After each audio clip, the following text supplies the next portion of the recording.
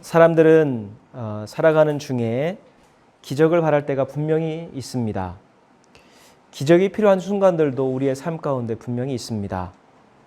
내 힘과 능력으로는 어찌할 수 없는 그 상황에서, 그리고 초자연적인 상황이 힘이 아니고서는 해결할 수 없는 문제 앞에서 삶이 극적으로 변화되기를 바라는 순간에서 사람들은 뭘 바라죠? 자연스럽게 기적을 바랍니다. 그리고 그런 믿음을 갖고 자신이 믿는 신에게 간절히 기도합니다. 그런데 그런 생각을 해봅니다. 우리가 종교를 갖고 신앙을 갖는 이유가 기적을 바라기 때문일까? 기적을 바라는 것이 과연 신앙일까라는 생각을 합니다. 근데 대부분의 사람들은 종교를 갖는 이유가 뭐죠? 신을 통해서 초자연적인 어떤 기적을 경험하기 위한 것이 종교를 갖는 목적입니다. 그래서 내가 어찌할 수 없는 삶의 문제를 해결받는 것, 그것이 신을 믿는 이유의 가장 큰 이유를 차지하게 됩니다. 따라서 사람들이 생각하는 기적이 뭐죠? 상식적으로 납득하기 어려운 사건이나 사람이 과학이나 예측이나 논리로는 설명할 수 없는 어떤 극적인 반전이 일어나는 것을 기적이라고 여깁니다. 그리고 세상에는 흘러가는 일상적인 흐름이 있고 자연 법칙이 있습니다.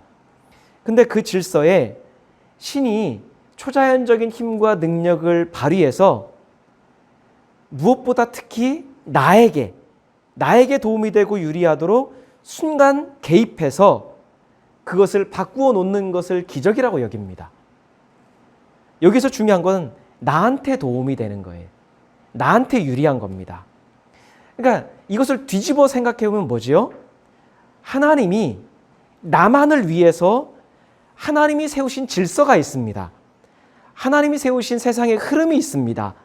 하나님이 세우신 법칙이 있습니다. 그것을 나를 위해서 잠깐 어기시고 바꾸기를 바라는 게 기적입니다. 왜냐하면 기적은 일상적인 흐름과 일상적인 법칙과는 다른 일들이 벌어지는 거기 때문이에요. 그러면서 과연 기적이 무엇일까 다시 한번 생각해 봅니다. 우리의 상식을 뛰어넘고 하나님이 만드신 자연의 세계 질서를 어기시는 것만을 과연 우리가 기적이라고 할 수 있을까라는 생각을 합니다. 사람들이 감탄하고 놀랄 만한 초자연적인 현상이 일어나는 것만 기적일까요? 분명히 성경에는 수많은 기적들이 있습니다. 애굽에서의 10가지 재앙의 기적이 있고 홍해의 기적이 있고요. 엘리야의 갈멜선에서의 기적이 있고, 그리고 예수님이 일으키신 수많은 기적들이 분명히 있습니다. 그 모든 기적들은 분명 우리의 상식을 뛰어넘고 자연세계의 법칙에 뭔가 다른 일들이 일어난 겁니다. 그런데 성경을 살펴보면요, 기적이 더 많을까요? 일상의 삶이 더 많을까요? 사실은 기적이 차지하는 부분은 얼마 되지 않습니다. 기적보다는 일상의 삶을 살아내었던 하나님 백성의 평범한 삶이 훨씬 더 많은 분량을 차지하고 있다고 하는 거예요. 분량으로 치면은 10분의 1도 안 됩니다. 평범한 삶이 훨씬 더 많습니다. 근데 우리는 성경을 읽으면서 성경에서 기대하는 것은 뭐죠? 기적을 많이 바란다라는 거예요. 초자연적인 것을 더 많이 바란다라고 하는 거예요. 성경에서 훨씬 더 많이 이야기하는 일상의 평범한 삶은 우리가 관심을 두지 않는다라고 하는 겁니다. 여러분, 노아의 예만 들어봐도 하나님이 노아한테 방주를 만들려고 했고 뭔가 세상을 구원하기 위한 커다란 계획을 말씀하셨으면은, 여러분, 우리의 상식과 우리의 믿음은 어떻게 되나요? 노아가 기도하면 하나님이 배를 뚝딱 만들어 주시든지 배를 하늘에서 떨어뜨려 주셔야 돼요. 근데 오랜 세월 동안에 노아는 사람들한테 욕먹고 조롱받아가면서 어떻게 했습니까? 배를 손수 만들었어요. 노아가 했던 건 뭐냐면 일상의 삶을 하나님 앞에 평범하게 사명을 감당함을 통해서 배를 만들었고요. 그 배를 만들어서 하나님 앞에 주신 삶을 살아낸 이후에 어떻게 해요? 홍수가 났을 때 구원을 경험하는 일을 경험했다라는 거예요. 모든 하나님의 사람들이 하나님이 만드신 세상에서 하나님이 만드신 질서 안에서 매일의 삶을 살아낸 것이 오히려 성경의 이야기입니다. 믿음이 사라지고 질서가 무너진 곳에서 하나님의 뜻과 말씀에 순종해서 그 삶을 살아낸 것이 오히려 성경에 더 많은 이야기들이라고 하는 거예요. 따라서 성경은 기적을 기록하거나 기적을 가르치는 책이 아닙니다. 분명히 기적이 우리에게 가르쳐주는 메시지는 있습니다. 기적을 통해서 우리에게 깨닫게 하시는 것이 있습니다. 또 때로는 예기치 않은 기적을 통해서 우리가 그 위기를 넘어서는 면은 분명히 있습니다.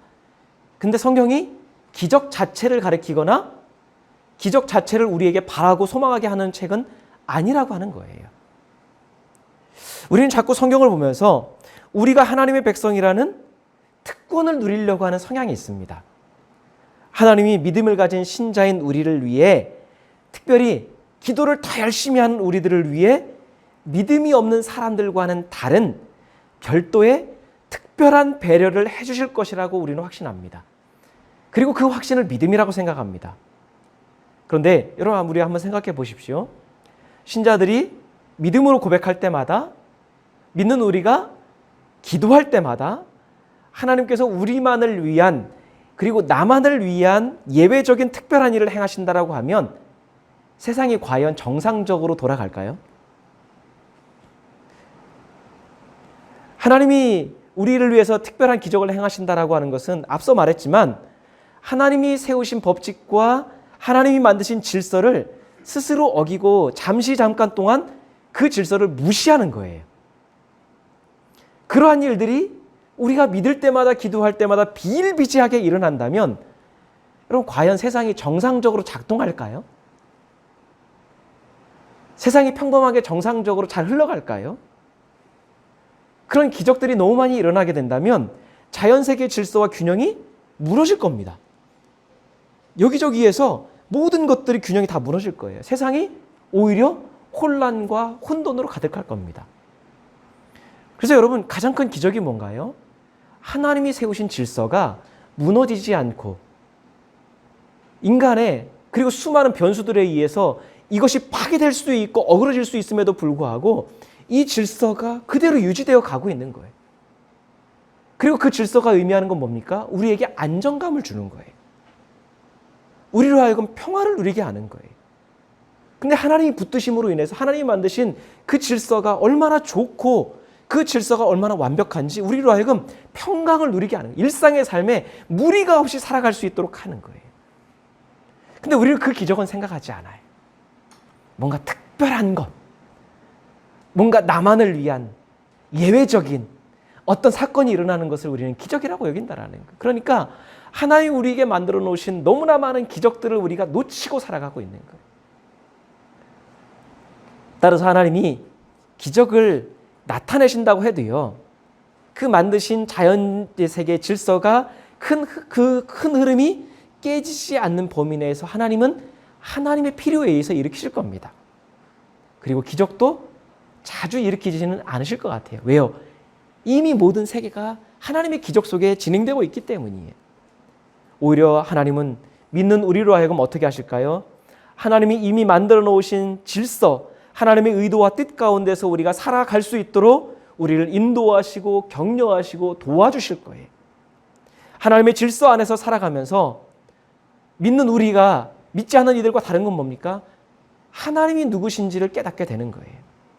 그리고 하나님의 뜻과 질서가 무너지고 무시되는 세상에서 하나님의 뜻과 말씀대로 살면서 하나님의 마음, 하나님의 계획을 우리로 하여금 깨닫고 경험하게 하실 거라는 거예요. 우리가 주기도문을 통해서 자주 고백하지요. 아버지의 뜻이 이 땅에서도 이루어지게 하소서. 우리는 주님의 기도가 가장 근본적인 기도라고 우리가 늘 여깁니다. 근데 우리가 그 기도를 통해서 항상 하는 게 뭐예요? 아버지의 뜻이 이 땅에서도 이루어지는 겁니다. 근데 그 아버지의 뜻이 뭘까요? 단적으로 이야기하면 하나님이 만드신 태초의 그 선한 질서, 하나님이 만드신 그 선한 하나님의 계획, 근데 그게 무너졌잖아요. 그게 파괴됐잖아요. 그게 다시 회복되는 것, 그게 다시 이루어지는 것, 그게 정상적으로 작동하는 것이 바로 아버지의 뜻입니다. 그 아버지의 뜻을 위해서 우리는 기도하는 거예요. 그것이 우리의 삶에 이루어진다면, 그것이 우리가 이루어가는 삶을 살아낼 수 있다면 그 자체가 기적이지요. 왜요? 세상은 그것을 무시하고 그렇게 살아가는 게 쉽지 않아요. 근데 우리가 그 삶을 살아낼 수 있다면 그것이 얼마나 우리에게 큰 기적입니까? 여러분, 우리도 예수님도 한번 생각해 보면요. 이 땅에 오셔서 우리는 예수님을 자꾸 하나님의 아들로 연상을 해서 자꾸 초자연적인 능력을 갖고 계신 분, 뭔가 남다른 삶을 사신 분, 우리는 그렇게 자꾸 연상을 하는데요. 예수님의 삶을 들여다보면 예수님도 결국에는 뭐예요? 평범한 일상의 삶을 살아내신 거예요. 매일매일의 삶을 사셨습니다. 예수님이 일으키신 능력에 우리가 너무 몰입하려고 하는데 예수님은 평범한 삶을 사셨습니다. 예수님은 우리와 같은 육신을 입으셨고요. 이 땅을 사시는 동안에는 정말로 사람답게 사셨습니다. 어려움도 경험하시고요. 배척과 사람들로부터의 어떤 소외도 경험하셨고요. 그리고 예수님은 일도 하셨고 먼지를 뒤집어 쓰고 걸어도 다니셨어요. 쉬지 못하면 예수님도 똑같이 피곤을 느끼셨고, 그리고 먹지 못하면 허기짐과 굶주림도 경험하셨기 때문에 먹을 것을 찾기도 하셨어요. 그 가운데서 하나님이 보내신 뜻대로 매일의 삶을 살아내신 것뿐입니다. 그렇게 매일 사명을 따라 사는 삶을 사셨던 게 바로 예수님의 삶이었어요. 우리는 사명이라고 하면 사람들은 무엇인가 남다른 일을 생각합니다. 평범하지 않은 비범한 일을 우리는 사명이라고 생각합니다. 지금과는 다른 먼 훗날에 내가 하나님을 위해서 할 두드러진 어떤 임무를 사명이라고 생각합니다. 하지만 하나님께서 우리에게 주신 사명은 매일매일의 삶을 하나님 뜻 안에서 살아내는 겁니다. 매일의 삶을 살아내지 못하는 사람이, 일상의 삶도 감당하지 못하는 사람이 어떻게 일상보다 무겁고 비중이 큰 일들을 나중에 감당해낼 수가 있을까요? 예를 들어볼까요? 여러분, 초등학생이 만약에 나중에 훗날 대학에 가기 위해서는 어떻게 해야 됩니까? 나는 대학에 갈 사람이니까 처음부터 외국인과 유창하게 대화하기를 기대하면 될까요? 안 될까요? 안 되지요. 나는 대학에 갈 사람이니까 초등학생이 모든 과정을 건너뛰고서는 대입 문제지를 딱 갖다 놓고 풀면 됩니까? 안 됩니까? 알파벳부터 처음부터 배워야 되고, 기억 니은부터 배워야 되고, 숫자부터 배워야 되고, 덧셈 뺄셈부터 배워야 됩니다. 그렇게 차근차근 시작해서 지속적으로 노력해야 실력이 쌓이는 것이죠. 여러분, 마찬가지 아닐까요? 오늘 내가 하고 있는 일, 오늘 내가 만나는 사람 사이에서 어떻게 해서든 하나님의 뜻을 발견하고 그 뜻에 순종하려고 하는 그 삶을 살아내지 못하는 삶, 매일의 일상의 사명을 감당하지 못하는 사람이 어떻게 하나님의 뜻대로 살 수 있을까요? 우리가 일상의 삶을 사는 중에 우리의 믿음이 성숙해지고 하나님의 뜻대로 사는 삶에 익숙해지면서 하나님이 나중에 맡기신 어떤 특별한 일도 우리가 감당할 수 있게 되는 것이지요. 연습과 훈련과 성숙이 없이 내가 믿으니까, 내가 기도하니까, 내가 하나님 백성이니까 뭔가 다른 일을 할 수 있다라고 하는 자체는 모든 하나님의 질서와 하나님 만드신 법칙을 다 무시하게 되는, 그거는 기적이 아니라 하나님으로 하여금 편법을 요구하게 하는 거지요. 도저히 승산이 없는 상대와의 대결을 흔히 뭐라고 표현합니까? 오늘 본문의 말씀에 힌트가 나오죠. 사람들이 누구와 싸움이라고 이야기해요? 다윗과 골리앗의 싸움이라고 이야기해요. 상대가 되지 않는 거예요. 이것은 상대가 너무 강해서 결과가 뻔히 보이는 싸움입니다. 이거는 남들이 볼 때 이건 승산이 없는 싸움입니다. 그런데 사람들은 이런 무모한 싸움을 이기게 되면 그것을 기적이라고 이야기해요. 그런데 그 기적을 다윗이 이루었습니다. 싸움을 한 번도 해보지 않은 어린 10대 소년이 싸움에 능한 거대한 장군을 상대로 해서 승리했습니다. 우리는 보통 이 말씀을 보면 이 불가능한 싸움을 이겼다는 그 결과에 집중을 합니다. 어떻게 그러한 일이 가능했는지, 그 사건이 우리에게 주는 의미가 무엇인지에는 별 관심이 없어요. 믿음으로 도전하다 보면, 믿음으로 불가능한 일에 도전하다 보면 그러한 승리도 얻을 수 있다는 그러한 우리 중심의 교훈을 발견하는 데 그칩니다.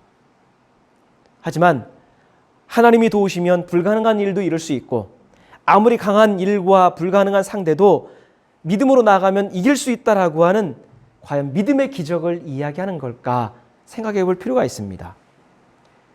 블레셋과 이스라엘 사이에서는 잦은 전쟁이 있었습니다. 어떤 때는 이스라엘이 이기기도 하고 어떤 때는 블레셋이 이기기도 했습니다.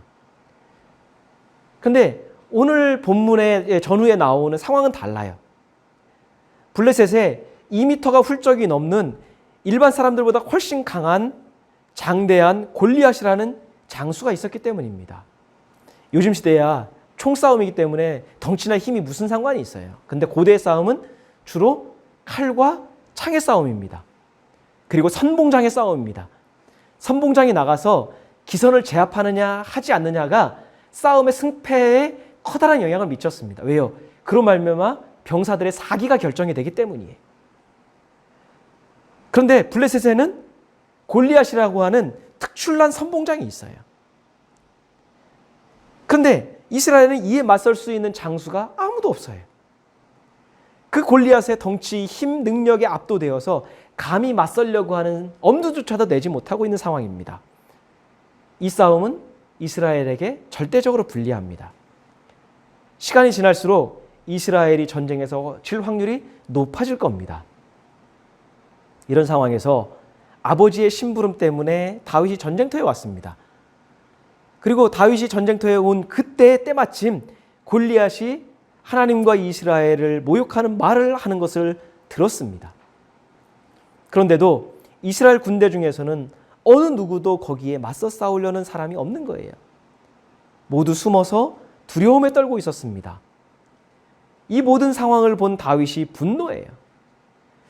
그것이 블레셋에 대한 분노인지 비겁한 이스라엘의 분노인지는 모르겠지만 분노하면서 어떻게 해요? 내가 나가서 골리앗과 싸우겠다고 이야기합니다. 다윗이 그렇게 이야기하니까 사람들이 사울에게 보고를 했겠죠. 그리고 사울이 다윗을 부릅니다. 사울은 골리앗과 싸우려는 사람이 있다는 보고를 받고 기대하고 있다가 다윗을 보고 어떻게 했을까요? 실망하죠.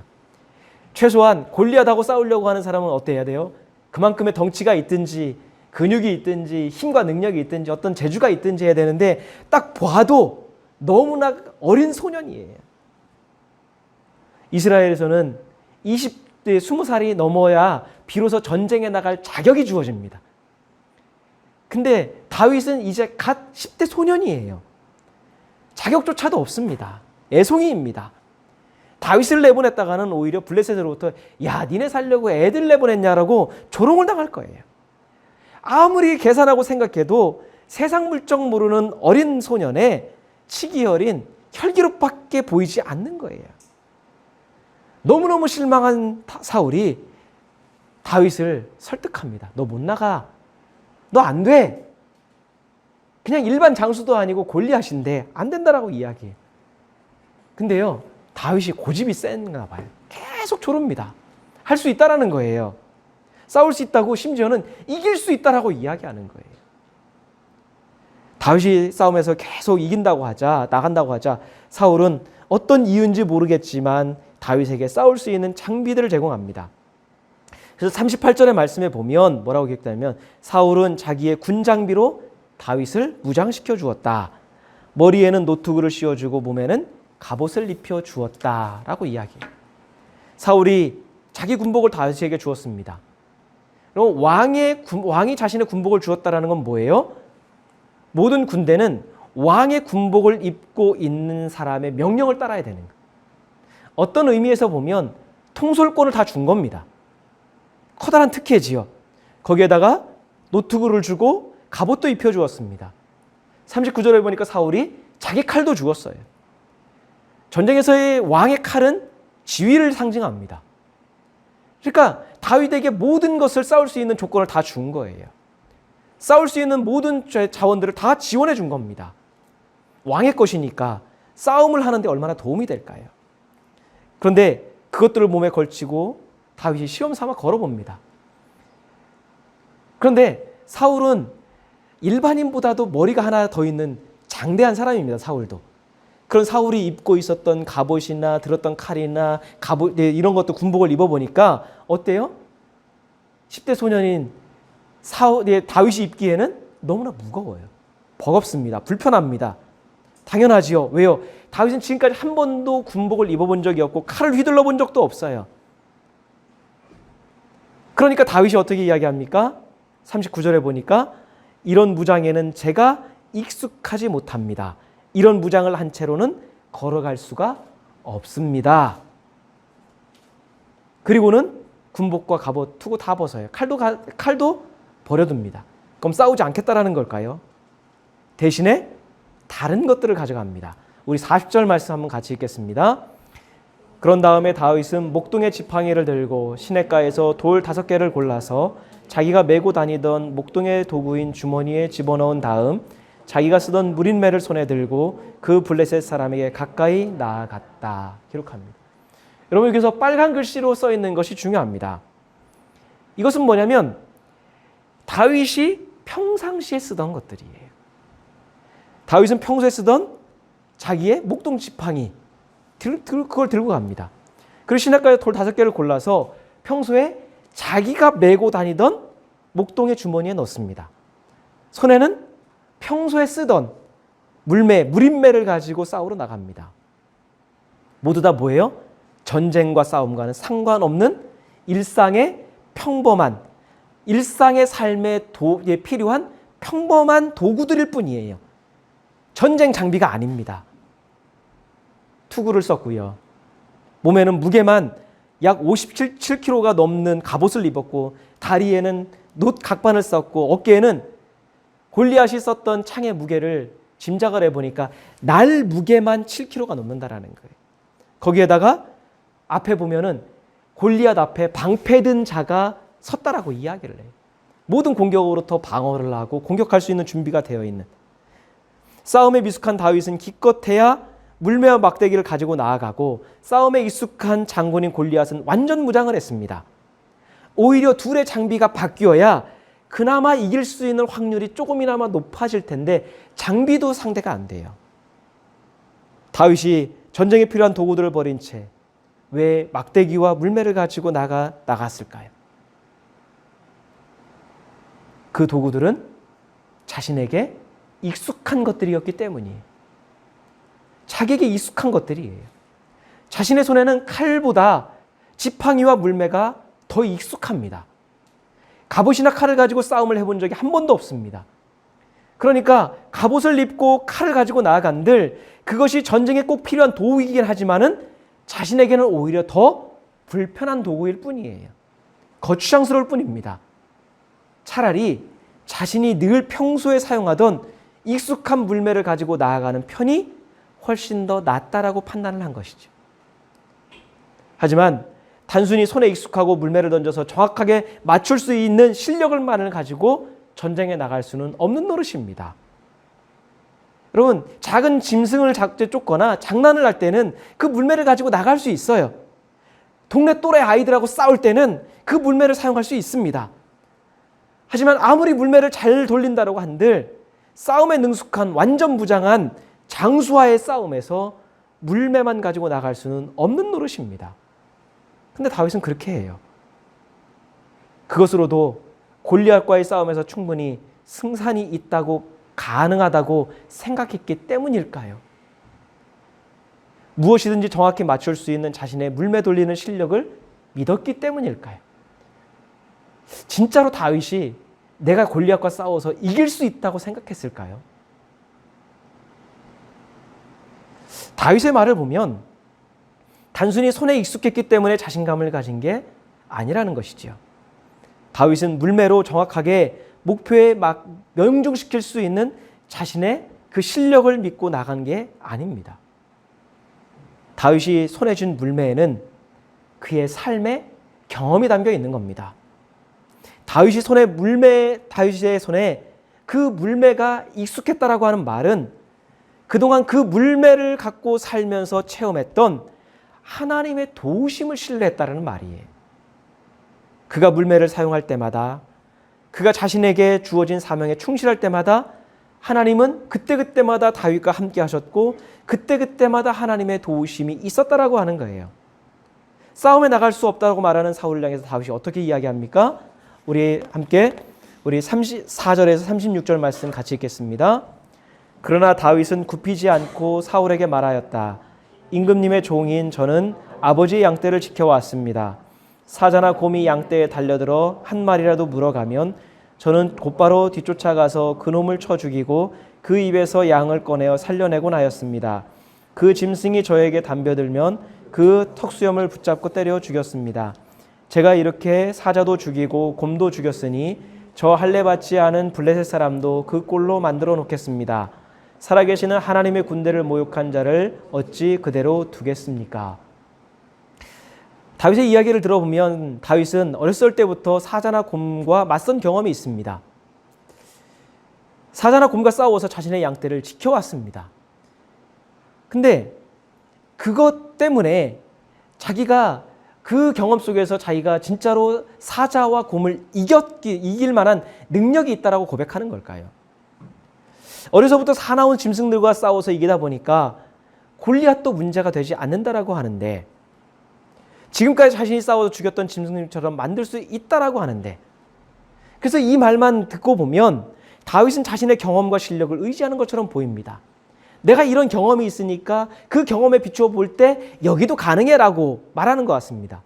그런데 그 다음의 말이 중요합니다. 우리 37절 말씀 같이 한번 읽겠습니다.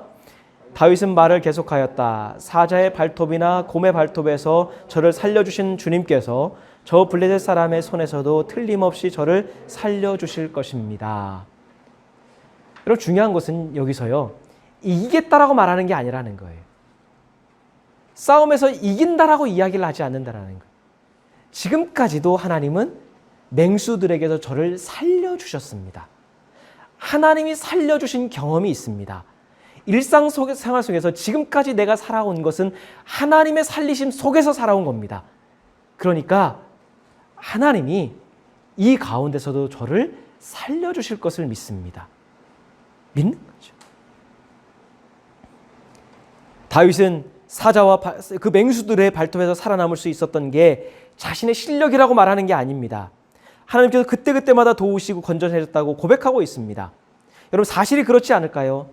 그 커다란 맹수들을 지금보다는 더 어린 다윗이 그 물매 돌리는 실력으로, 그 힘으로 어떻게 잡을 수 있을까요? 기껏해야 어디 급소에 명중시킨다 한들 그게 정말로 죽을까요? 다윗은 어려움을 겪을 때마다, 위험에 처할 때마다 하나님이 도우셨다라는 것을 깊이 체험했던 거예요. 자신에게 맡겨진 일에 최선을 다하는, 자신에게 맡겨진 양떼를 목숨을 걸고 책임을 다해 지키려고 하는 다윗을 하나님이 도우셨던 겁니다. 그 경험을 바탕으로 다윗은 골리앗과 싸우려는 이 순간도 하나님이 자기를 도와주시고 자기를 살려주실 것이라고 믿는 거예요. 자신에게 맡겨진 사명에 최선을 다하는 사람을, 하나님을 신뢰하며 따르는 자를 도우시는 하나님의 능력이 자기와 함께할 것을 믿는 겁니다. 그러니까 다윗의 손에 쥔 물매는 그냥 물매가 아니지요. 그 물매는 하나님의 도우심을 몸소 경험했던 다윗의 신앙 고백인 겁니다. 다윗은 손으로 물매가 아니라 하나님을 신뢰하는 믿음을 쥐고 있는 거예요. 하나님을 신뢰하는 겁니다. 그 물매는 하나님과 함께 살아왔던 다윗의 삶이었고 하나님에 대한 신뢰의 경험인 거예요. 그런데 그 골리앗과 싸움에 필요한 그 물매가 언제 만들어졌습니까? 지금 급박하니까, 지금 전쟁에 필요하니까 믿음으로 고백해서 즉흥적으로 잡은 겁니까? 아니지요. 지금 충동적으로 믿음으로 잡은 게 아니에요. 자신에게 맡겨진 양을 지키기 위해서 어렸을 때부터 부단히 손에 쥐고 연습했던 물매입니다. 일상의 삶에서 평소에 그렇게 돌렸던 물매입니다. 여러분, 양을 지킨다라는 게 큰 게 아니죠. 누구도 알아주는 일이 아닙니다. 게다가 당시에 이스라엘의 주된 주업이 뭐예요? 목축입니다. 그렇다면 목동의 일은 뭐예요? 누구나 다 하는 일이에요. 아주 사소한 일입니다. 평범한 일입니다. 대단한 사명을 위해서 성공을 목표로 했던 특별한 일이 아니라고 하는 거예요. 하지만 다윗은 누구나 다 하는 자신에게 맡겨진 그 작은 일에 충성했다라는 거예요. 다윗이 하는 이 고백 속에는요, 그런 자신의 과거의 삶이 담겨 있고 고백이 담겨 있습니다. 예를 들어서 사무엘이 이새의 집에 왔을 때 그 이새의 아들들을 다 불렀습니다. 그때 그 다윗의 형 7명은 그 양들을 버리고 어떻게 했어요? 양들을 버리고 다 사무엘에게 왔습니다. 그런데 이새의 고백을 빌려보자면 다윗은 자기 양떼를 지키고 있었어요. 아마 형들은 사무엘에게 잘 보임을 통해서 어떻게 해요? 뭔가 출세를 그리고 급적인 어떤 반전을 소망했던 것 같아요. 근데 다윗은 그 당시의 지도자인 사무엘이 왔는데 자기의 양떼를 지키고 있는 거예요. 여러분, 사자나 곰이 나타났을 때 어린 소년의 몸으로 맞서 싸운다는 건 불가능합니다. 맹수가 나타났는데 어린 소년이 도망친다고 해서 비난할 사람이 있을까요? 오히려 몸 상하지 않고 잘 도망쳤다고 어른들이 칭찬할 일입니다. 그런데 다윗은 물매를 들고 이것은 나에게 맡겨진 양떼이니까 그 양떼를 지키기 위해서 최선을 다해서 싸운 거예요. 맹수들로부터 자기 양떼를 지키기 위해 최선을 다하고 목숨을 걸었습니다. 그 과정에서 작은 일에도 최선을 다하는 그 사람에게 함께 하시는 하나님의 은총을 매일의 삶에서 경험했을 뿐이에요. 골리앗과의 그 싸우는 지금의 이 순간도 어쩌면 이긴다라는 확신이 아니라 이것을 자신의 사명으로 알고 책임을 다하려고 하는 거죠. 하나님을 믿는 백성이라면 이것이 나에게 사명이라고 그렇게 고백하는 거예요. 살리고 죽이는 것은 하나님의 일이고 나의 일은 뭐예요? 지금 나에게 맡겨진 이 사명에 충실할 뿐이에요. 신앙인이 믿음으로 살고 충성한다는 것은 골리앗과 이기는 대단한 일을 하는 게 아닙니다. 양떼를 돌보듯이 오늘 나에게 맡겨진 작고 사소한 일에 최선을 믿음으로 말씀으로 다 살아가는 거예요. 다른 사람들이 알아주지 않아도 물매 한 번을 더 돌리는 겁니다. 믿음이 있다라고 해서 하나님은 처음부터 사자나 곰과 싸워서 이길 힘을 주시지 않는다라는 것이죠. 갑자기 골리앗과의 대단한 싸움을 마련해 주시지도 않는다라는 거예요. 설사 우리 앞에 그런 일이 벌어진다 하더라도 그 사람은 결코 그 싸움에서 이길 수도 없고 싸우지도 않을 거예요. 왜요? 하나님이 주신 일상의 평범한 삶, 누구나 다 할 수 있는 그런 삶의 기적도 없고 하나님이 주신 그 평범한 삶에 대한 책임감도 없고 양떼에 대한 긍휼함과 섬김도 없는 사람이 그런 위험한 상황에서 손해보는 상황에서 절대로 자신에게 손해가 닿는 일을 감당하지 않을 거기 때문이에요. 일상의 삶에서 양을 버리고 도망간 사람은요, 커다란 위험이 나타나면은 이게 하나님의 하신 일이라고 싸울 수 있을까요? 그때도 도망갈 거예요. 골리앗과의 싸움에서 옛날에 사무엘에게 양떼를 버리고 왔던 형들은 어떻게 합니까? 골리앗과의 싸움에 나가지 않아요. 오히려 어떻게 합니까? 그 앞에 말씀을 보면 골리앗과 싸우러 나간다라고 분노하는 다윗에게 뭐라고 이야기해요? 네가 어떤 마음으로 여기 전쟁터에 왔냐라고 비난을 하고 질책을 합니다.